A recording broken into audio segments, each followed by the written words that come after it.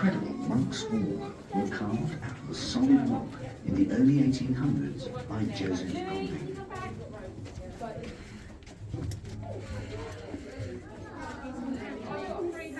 There are 23 pairs of niches designed for candles carved into the walls of the tunnel.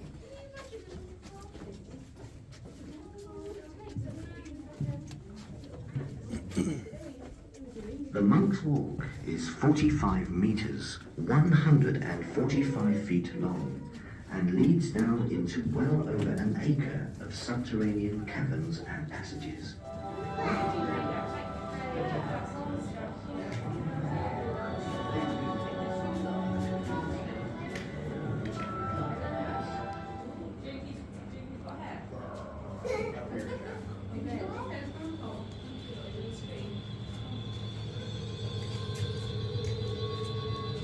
There you are. Come to see old Hairy Jack, have you? In the Smugglers Caves. You are now standing 70 feet below ground. Did you know that? A bit damp and dark down here, isn't it? But that's exactly the sort of place where we smugglers like to hide our gin, tobacco, and other booty in the old days. I should know. I was here. Of course. I was a naive then. But there were people down here hundreds of years before us smugglers. Oh yeah. Like nobody knows who carved this weird figure. You'll find it in what they call the chapel, which happens to be the most haunted part of the caves. Now look over here. This was the original entrance. Back in 1786, some posh gent found a pair of old beggars living here. They said the caves only went back a few feet into the darkness, and told him to hop it. A few feet? I warrant the smugglers was slipping them a few coins to keep out prying eyes. But more about smugglers later. Oh yes. In the early 1800s, some of the young rascals from the town used to bring their girls up here. You can imagine. So the mayor of Hastings decided that the cave should be closed and sealed. Until some years later, a gent called Joseph Golding was working in a garden up on the West Hill when the ground gave way and he nearly tumbled into the cavern. He was astounded by what he saw. And being a bit of a showman, he got permission to open the caves to the public. Lit with hundreds of candles, those people thought they was in fairyland. But old Golding didn't stop there. He cut pillars and domes out of the solid rock to create the ballroom, where they had regular dances. And look at this big chap behind you over the door. And there is another one opposite him, just round the corner. That's the military gentleman. St. Clement's Caves was the place to visit in Victorian times. Oh Lord, yes. Much later, during the World War, which started in 1939, the caves were used as an air raid shelter. Bombs were falling on the houses in Hastings, so people came down here to be safe. There were nearly 600 beds in the caves. Imagine. Then after the war, they had tours of the caves again, and tea dances. Oh, and the jazz evenings. What a racket! Enough to wake the dead. Which reminds me, you'll be wanting to discover more about the smugglers, whose spirits still roam around these caves. So off you go, and old Hairy Jack will be around to tell you some more tales later. Come on, this way. Don't mind the ghosts. They're quite friendly.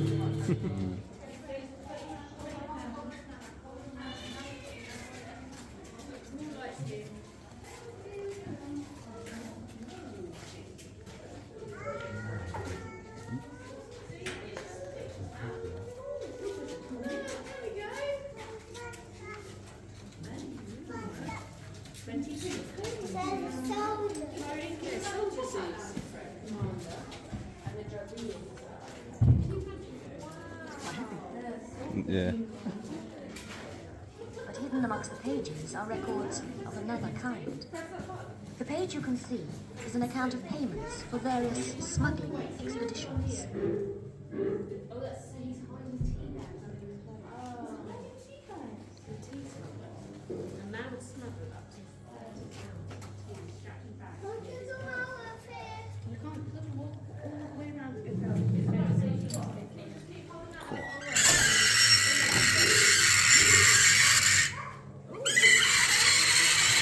It's heavy, isn't it?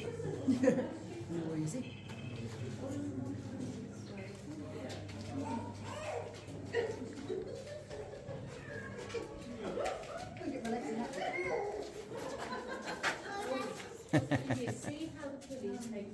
Well, I put my legs through this, the thing's going to go backwards. Yeah.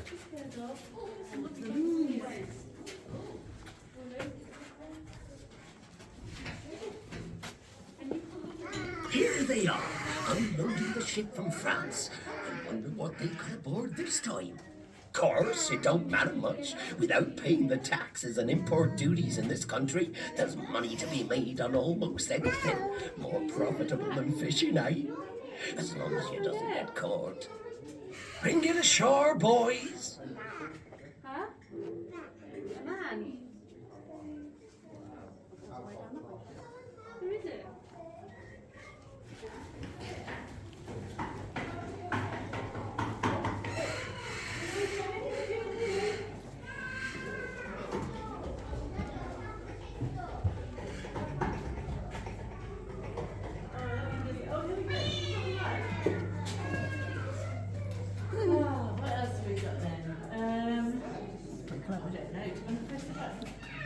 Use the doll. Yeah. Hide the brandy. Where's your dolls?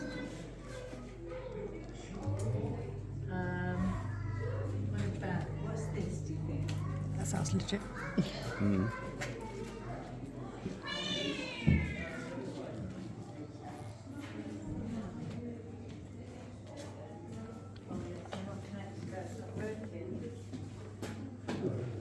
I work for it. Do you want to try and get it going for you?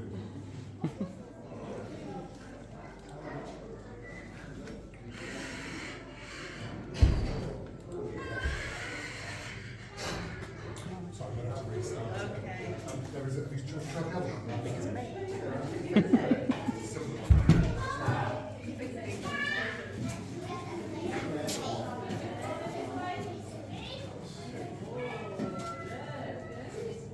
Oh, there's more smuggling ones.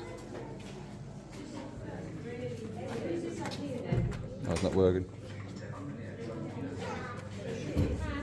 I love this. That's obviously nice. Bread.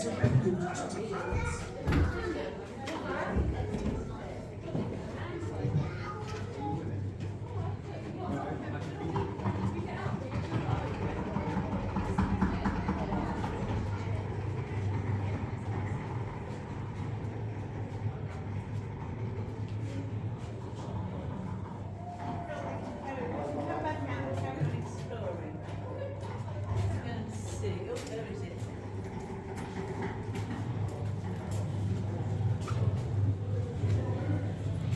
Oh, there's a video in it. Let's go and see. If you wake at midnight and hear a horse's feet, don't go drawing back the blind or looking on the street. That that asks no questions isn't told a lie. Watch the wall, my darling, as the gentlemen go by. That's right, my old mates. Turn your face to the wall. So if they ask you, you didn't see nothing, did you? We're talking about smuggling, see? Bringing goods into the country illegally. And there was a time from about 1700 until, say, 1830, when everyone was at it. Diverse vessels running large quantities of tea and brandy on the coasts of Kent and Sussex. The ruder classes of inhabitants are famous for smuggling, for which they lie exceedingly. For many of us, it was the only way to survive. And why? Taxes, that's what. England was always at war during the 16 and 1700s, and the government needed money to pay for it all. So, what happened? Right, up went the taxes. By the 1700s, the tax was so high on many of the important things we all needed that most people considered buying smuggled goods without any tax to be the only answer. In every place I went, they drank no tea but what was rum. Many great men not only connive at smuggling, but practice it. You were not respectable then if you weren't a smuggler. That's right. It wasn't just the poor folk. Brandy for the parson, baccy for the clerk, laces for a lady, letters for a spy. Watch the wall, my darling, while the gentlemen go by.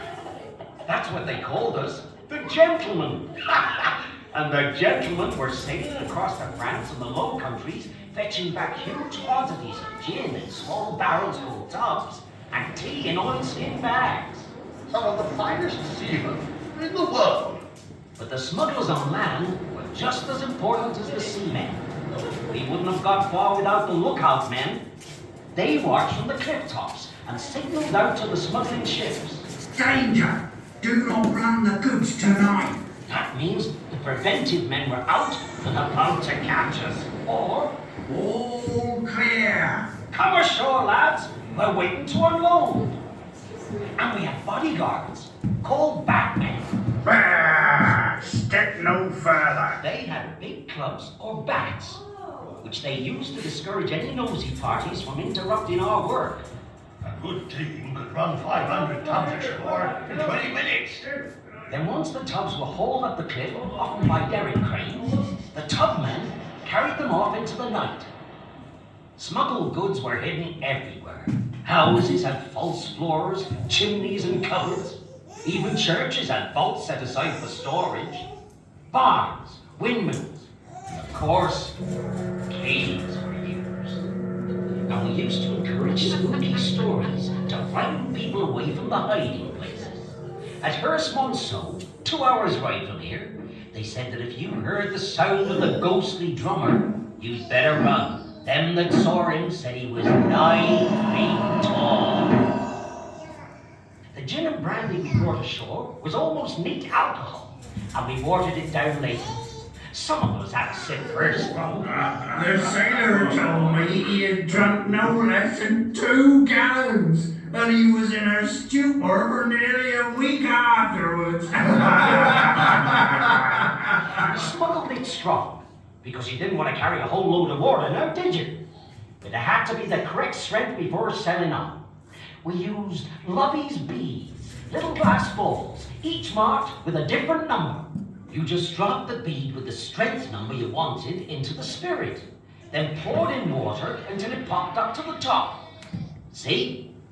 You won't believe this, but apparently during the years 1781 to 1784, just 4 years, more than 1 3/4 million gallons of gin were landed in Kent and Sussex, and 2.5 million pounds of tea. That's big business. And the payment for a night's work was more than a farm labourer could earn in a week. John Oates, that's 10 shillings, and you also get a pound of tea for the good haul. Thank you, sir. I'll give it to Black-Eyed Nell for a fee. That's a riding officer. In the early days, they only had riding officers trying to stop the smugglers. These were just local men paid to patrol the coast, but most of them could easily be bribed or intimidated. Do but dash a bottle of brandy in his face, and he's as blind as a beetle. Of course, soldiers were sometimes called upon. There are ways and means of taking off their edge, too. And out at sea, the Board of Customs had revenue vessels which could usually be avoided. But in the mid-1700s, it all got out of hand. Contempt for the law grew up under the smuggling system, and it was crowned with murder. All along the south coast, bands of so-called smugglers sprang up who committed robberies, beatings and murders. Terrible harsh laws were brought in, and the gangs were eventually dispersed, jailed, or hanged. By the 1780s, they'd even brought in the Navy. Then, England is at war with Napoleon. Smugglers turned to ferrying spies. Can you believe it? For both sides. The English smugglers are likable people, and have the courage and ability to do anything for money. When Napoleon was finally defeated in 1815, thousands of English soldiers and seamen returned home with no money and no work. Many of them joined the newly formed Coast Blockade, which was created especially to crush the smuggling trade. There were violent and bloody battles, sometimes with up to 500 smugglers at a time. Taxes were eventually lowered, which meant there was little profit to be made from smuggling. The blockade was disbanded in 1831 when smuggling was on the way and the Coast Guard took over. Of course, smuggling still goes on in your time, but it's a very different world. The romantic days of tub running on the Hastings beaches, they are gone forever. Them that asks no questions isn't told no lie. Watch the wall, my darling, as the gentlemen go by. And watch out for me as you explore the caves. I'll be seeing you.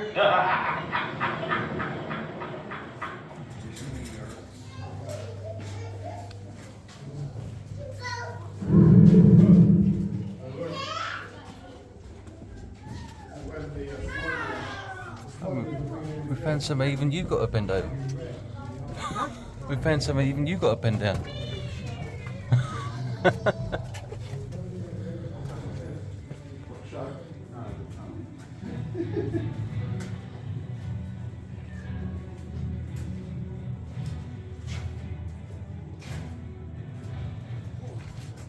Night, lads.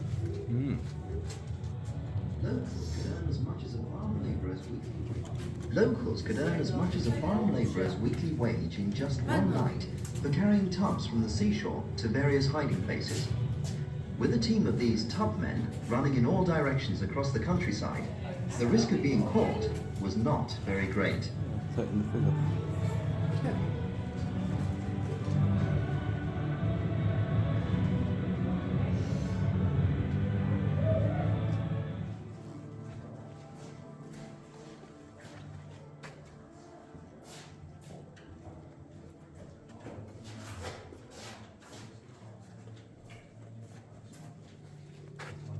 Das bin ich, der noch nie von meinen eigenen Beratern gesprochen. Ich erarbeite nämlich eine Menge Geld für Innovationen. Geschieht mir recht. Das war damals echt Gute, die plaudern nicht. Taking him back.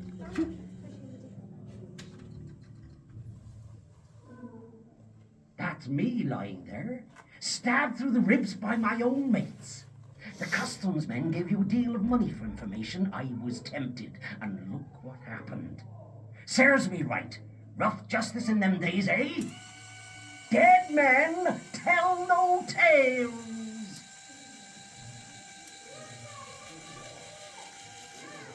Two more tubs to come down, Parson. I'll leave one up there for you.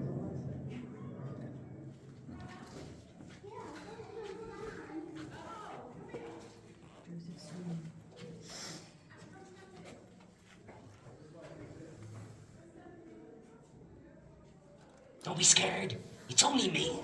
Remember the ghostly drummer of Herseman's song? Well, I think I hear him now.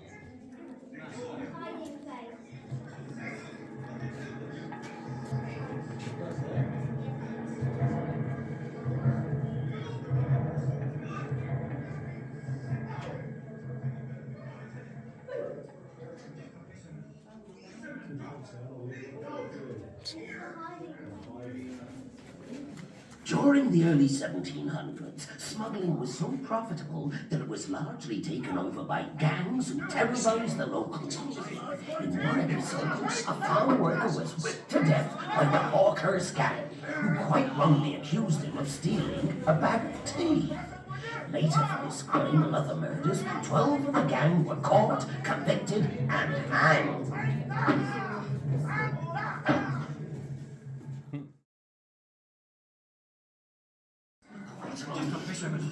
Fisherman, don't!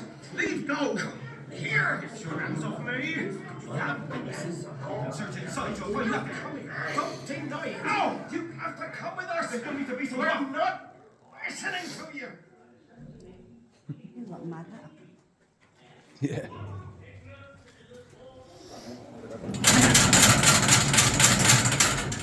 We didn't do it!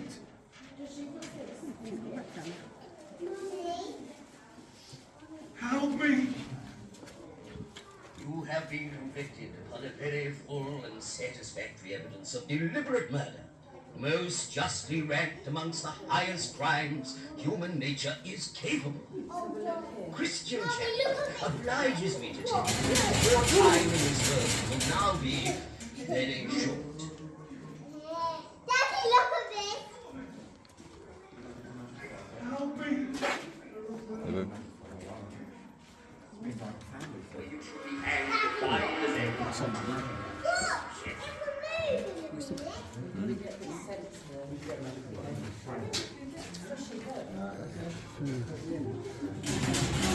Birdman.